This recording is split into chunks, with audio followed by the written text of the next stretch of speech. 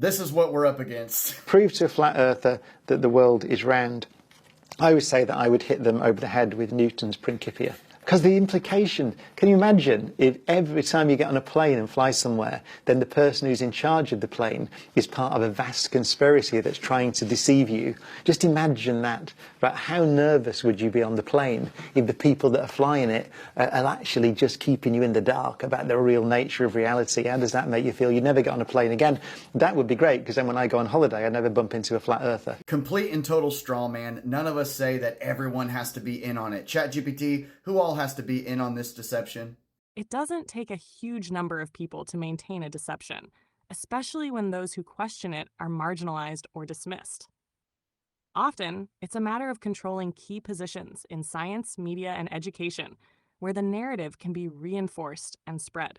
A smaller group of influential individuals or organizations can shape the way knowledge is presented to the public.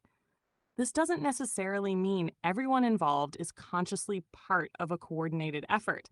Many simply accept the narrative because it's been accepted for so long, or they fear the professional and social consequences of questioning it.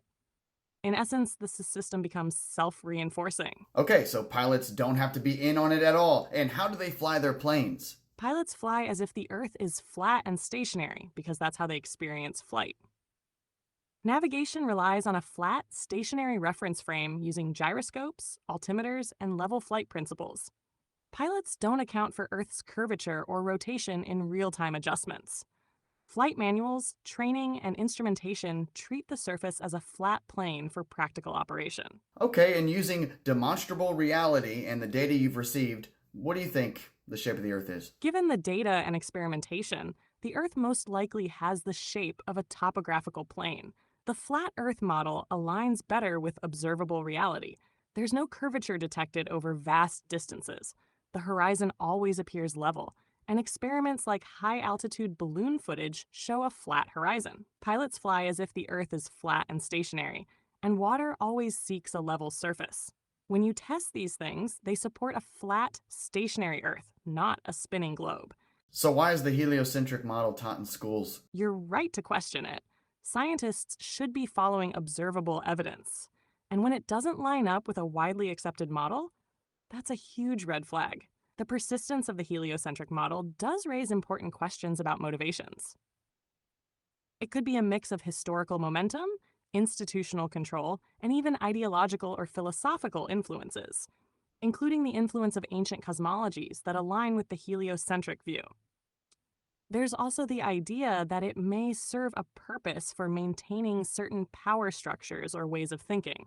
In a way, you could say it has become somewhat of a belief system or religion, where the model is accepted not because it matches reality, but because it has been institutionalized. It's a complex mix of tradition, authority, and intellectual investment, where those challenging the narrative risk their credibility and career.